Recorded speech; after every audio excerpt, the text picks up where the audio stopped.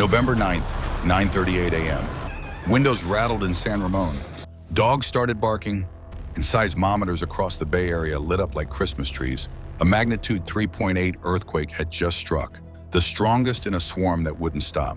Over the next 10 days, nearly 90 earthquakes hammered the same fault zone, one after another, day and night.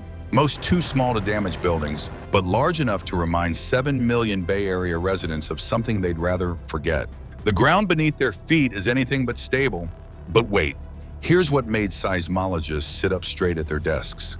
This wasn't happening on the famous San Andreas Fault, or even the Hayward Fault that everyone talks about. This was the Calaveras Fault, a name most people don't know, and it's connected to something much bigger. Sarah Minson doesn't scare easily. As a research geophysicist with the USGS Earthquake Science Center, she studied thousands of earthquakes, analyzed decades of data, modeled countless scenarios. But when she pulled up the seismic records from San Ramon in mid-November, something about the pattern bothered her. "This place keeps having earthquake swarms," she told the reporters, due to a lot of fluid-filled cracks, thanks to very complex fault geometry. In simple words, the crust beneath San Ramon isn't just cracked, it's actually saturated with pressurized fluids pushing through a maze of interconnected faults. Every tremor opens new cracks. Every crack allows more fluid to migrate, and the cycle continues. Similar swarms hit this exact spot in 2015, then 2017, then 2021. But November's recent swarm was different. It lasted longer, hit harder, and refused to quiet down. By the time the shaking finally subsided, residents from Danville to Vallejo had reported feeling repeated jolts. Some described a low rolling motion. Many felt sharp, sudden punches that sent picture frames crashing to the floor. The swarm's epicenter sat along the northern Calaveras Fault. This is a segment known for its unpredictable behavior and history of similar episodes. What most people don't realize is that this fault doesn't end at San Ramon. This is where it gets strange. It connects to everything. Beneath the rolling hills of the East Bay, hidden from view, runs a fault that doesn't show up on every tourist map. The Franklin Fault. It's not famous like the San Andreas, doesn't get headlines like the Hayward.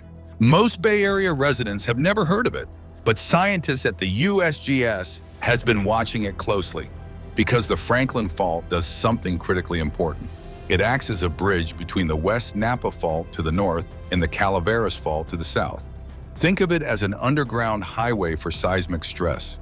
Energy released on one fault can migrate along this corridor, loading pressure onto the next segment in line. And on August 24th, 2014, something happened that changed everything. Just before sunrise, the ground beneath Napa Valley ripped open. A magnitude 6.0 earthquake struck with terrifying speed. In less than a minute, downtown storefronts crumbled. Roads split, Victorian-era buildings that had stood for over a century pancaked into rubble. More than 200 people were injured. Damage estimates soared past $400 million. It was the first surface rupture in the Bay Area since 1906. But the real story wasn't the immediate destruction. It was what happened next. Underground, in the dark, where no one could see. Parsons and his team ran advanced stress transfer models in the months after Napa. The data revealed something that should terrify anyone living in the Bay Area. The energy unleashed in Napa didn't just vanish. It traveled along the Franklin Fault, down through the East Bay Hills, loading new stress onto the northern Calaveras Fault, the same segment now experiencing the recent swarm. Micro-earthquakes began clustering along this path almost immediately after 2014. Subtle shifts in ground movement stretched south from Napa. Seismic sensors picked up tremors that quietly built up over years. The aftershocks of 2014 are still echoing beneath the Bay Area, and they're setting the stage for whatever comes next. This is where it gets personal. In December, Julie Kreitzer was stocking shelves at her store in Ferndale, a tiny coastal town 250 miles north of San Francisco, when the building started moving. Not shaking, moving. It was a strong quake, she'd later tell reporters, her voice still shaky. "Our building shook. We're fine, but I have a mess to clean up right now." The earthquake that morning registered magnitude 7.0 offshore, about 30 miles west of Petrolia in Humboldt County. Shallow depth, strike-slip mechanism. Within 5 minutes, every phone from Santa Cruz to the Oregon border screamed the same alert: tsunami warning. Nearly 5 million Californians suddenly faced the possibility of massive coastal flooding. BART shut down the underwater Transbay Tube. The San Francisco Zoo evacuated guests and secured animals. Schools in Davis ordered immediate evacuations. In Berkeley, police cruisers raced through West Berkeley neighborhoods, loudspeakers blaring evacuation orders. Residents grabbed whatever they could carry and fled inland. For one terrifying hour, the entire Northern California coast held its breath. Then, nothing. The tsunami never came. The warning was canceled at 11:55 a.m. But here's the thing everyone missed in the relief that followed. That magnitude 7.0 earthquake wasn't random. It struck at the Mendocino Triple Junction, the exact spot where three tectonic plates collide: the Pacific Plate, the North American Plate, the Gorda Plate. This is one of the most seismically active zones in North America. Since 1900, 8 earthquakes larger than magnitude 7.0 have struck this area, and every single one sends stress rippling south, toward the Bay Area, toward the fault network that's already showing signs of awakening. The December earthquake was a warning shot. The question is, who's listening? October 21st, 1868, 7:53 a.m. Frightened people ran screaming from their homes as the ground moved in visible waves. Brick buildings collapsed in Oakland. San Francisco's walls cracked. Chimneys toppled across the region. 30 people died. Hundreds more were injured. For decades, it was called the Great San Francisco Earthquake, until the 1906 disaster eclipsed it in the public memory. But that 1868 quake didn't happen on the San Andreas Fault. It happened on the Hayward Fault. Interestingly, the Hayward Fault ruptures on average every 140 years. Do the math. It's been 157 years since 1868. The Hayward Fault is not just overdue, it's critically overdue. The fault creeps at about 0.2 inches per year, roughly how fast your fingernails grow. But that creep isn't enough. Stress is building, pressure is accumulating, and the numbers are scary. 33% chance of a magnitude 6.7 or greater earthquake on the Hayward Fault in the next 30 years. For comparison, if your doctor told you there was a 1 in 3 chance you'd have a heart attack in the next decade, you'd probably start taking it seriously. 7 million people live directly above or within a stone's throw of the Hayward Fault. Downtown Oakland, Berkeley, Fremont, San Leandro, dense urban areas built before modern seismic codes existed. Hospitals, bridges, water mains. The region's entire infrastructure is one moderate earthquake away from catastrophic failure. But wait, there's more. In 2016, scientists found something really interesting. They discovered that the Hayward Fault and Rogers Creek Fault are physically connected under San Pablo Bay. Not just close, connected. One continuous fault zone stretching roughly 118 miles from Healdsburg in the north to San Jose in the south. If both faults ruptured simultaneously, and the connection means they could, you're looking at a potential magnitude 7.4 earthquake.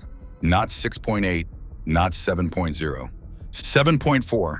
That's enough energy to cause extensive damage across the entire Bay Area, leave thousands homeless, shut down the region's economy for months. The casualty estimates are, let's just say the USGS doesn't like publishing them publicly. But wait, it gets even more complicated.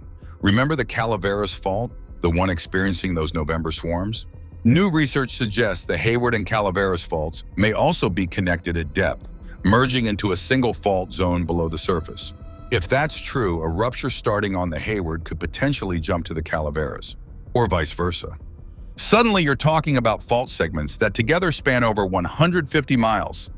The magnitude of such an earthquake? Conservatively, magnitude 7.8.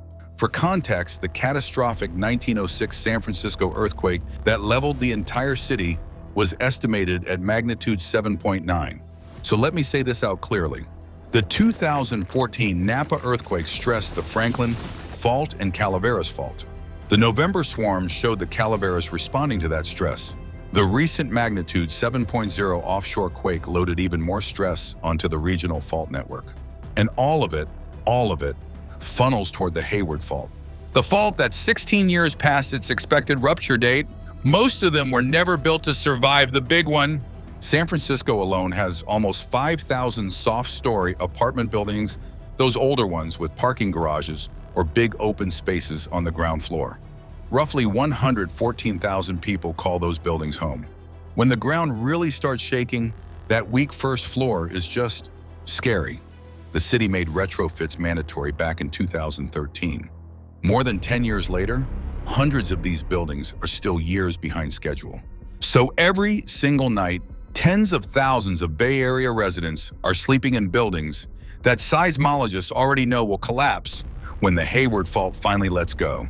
In 1989, the Loma Prieta quake was only a 6.9 and hit 50 miles away, and soft story failures still wiped out nearly half of the homes that became unlivable.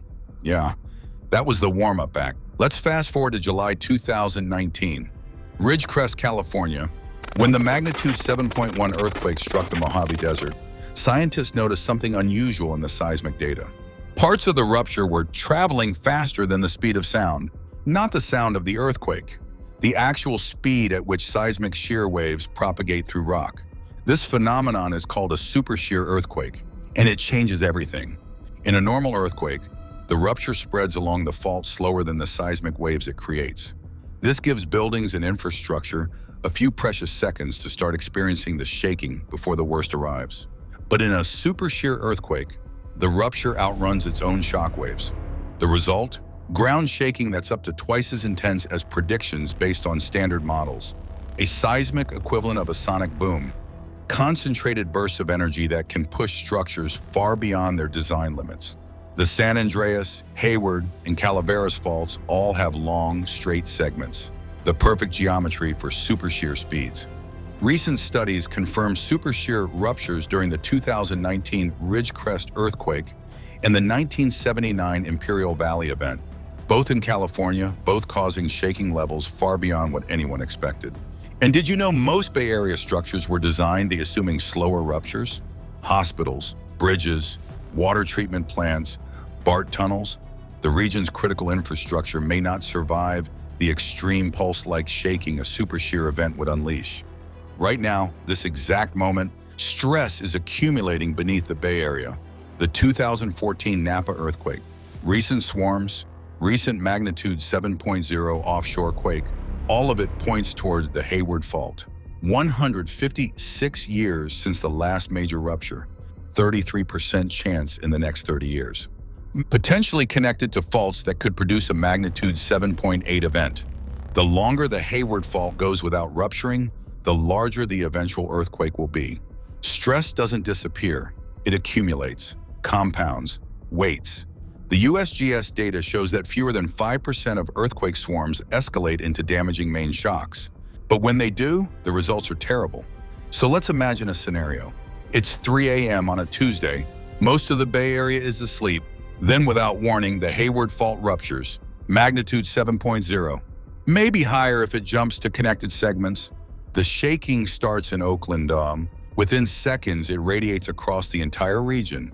Buildings sway violently. Older structures begin to collapse. Gas mains rupture. Water lines shatter. Power goes out across millions of homes. BART tunnels, including the underwater Trans-Bay Tube, sustain critical damage. The Bay Bridge, a lifeline connecting San Francisco to the East Bay, may be rendered unusable. Fires break out across dense urban areas. But fire trucks can't reach them.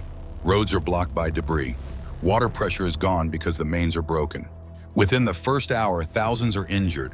Hospitals are overwhelmed, or worse, damaged and unable to operate. This isn't my speculation. This is the Haywired scenario, a detailed scientific simulation created by the USGS to model exactly what would happen when, not if, the Hayward Fault ruptures. Their findings: between 77,000 and 152,000 households would be displaced. Economic losses could exceed $200 billion. Recovery could take years. And that's assuming only the Hayward ruptures by itself, if it triggers the Calaveras, or connects with the Rogers Creek, or worst case, a cascade effect ripples through the entire fault network. We're talking about the kind of disaster that reshapes a region for generations. Guess what Bay Area voters just said yes to? A $1.2 billion bond so BART can finally earthquake-proof its stations and tracks. The whole BART earthquake safety program that just finished in 2024 came in at $1.457 billion total. And yeah, that's just for one train system. Zoom out for a second.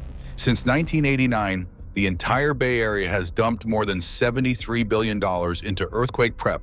$73 billion getting ready for a quake that, so far, hasn't shown up. Every seismologist says the same thing, though. The day it does hit, that $73 billion is going to look like the best pocket change we ever spent. Seismologists simply can't predict when the next major earthquake will strike. They can only watch the warning signs accumulate and hope people are paying attention.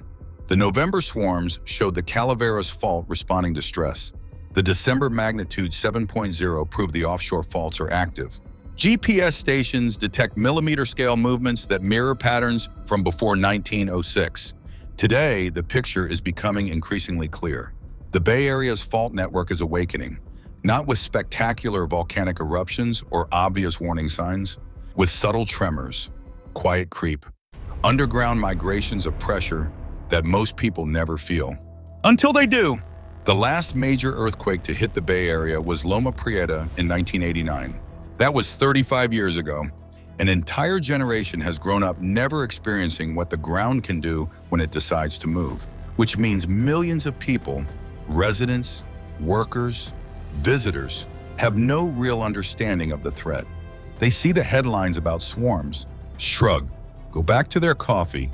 They feel a 3.8 magnitude jolt, tweet about it, move on with their day. They don't connect the dots, don't see the pattern emerging, don't realize the danger. Right now, emergency planners face an impossible task, preparing for a disaster that could strike tomorrow or 20 years from now. How do you maintain urgency when nothing catastrophic has happened in decades? How do you convince people to retrofit their homes, stock emergency supplies, and practice evacuation drills when the threat feels abstract? The answer? You can't. Not really. Until the ground starts shaking, most people won't act. And by then it's too late. The cruel irony is that the Bay Area has the knowledge, the technology, the resources, the warning systems. Shake Alert, California's earthquake early warning system, can provide seconds of notice before strong shaking arrives. Enough time to drop, cover, and hold on. Enough time to automatically shut off gas lines and halt trains. But as we all know, seconds aren't enough to evacuate buildings, aren't enough to move millions of people to safety, aren't enough to prevent the kind of cascading failures that turn a natural disaster into a humanitarian catastrophe. The real preparation has to happen now, before the fault ruptures, before the buildings collapse, before the fires start. And that's where the system breaks down. Because preparing costs money, retrofitting buildings costs money, upgrading infrastructure costs money, and when budgets are tight and the earthquake might not happen for another decade, well, it's easy to push it to next year. Next budget cycle, next political administration, until there is no next time. The faults beneath San Francisco are moving, not dramatically, not obviously, but consistently, relentlessly. The Hayward Fault, the most dangerous fault in the Bay Area, sits 16 years past its expected rupture date, accumulating stress with every passing day. This isn't fear-mongering. This is physics. This is geological reality based on decades of data and research by hundreds of scientists. The next major Bay Area earthquake isn't a matter of if, it's a matter of when. The ground is talking. The question is, are you listening? What do you think? Are we watching the early warning signs of the Bay Area's next great earthquake? Or is this just the restless breathing of a fault system that's nowhere near ready to break? Drop your theory in the comments. Because honestly, we're all trying to figure this out together. And subscribe for more mysteries that challenge what we think we know about our planet. And check out the next video here.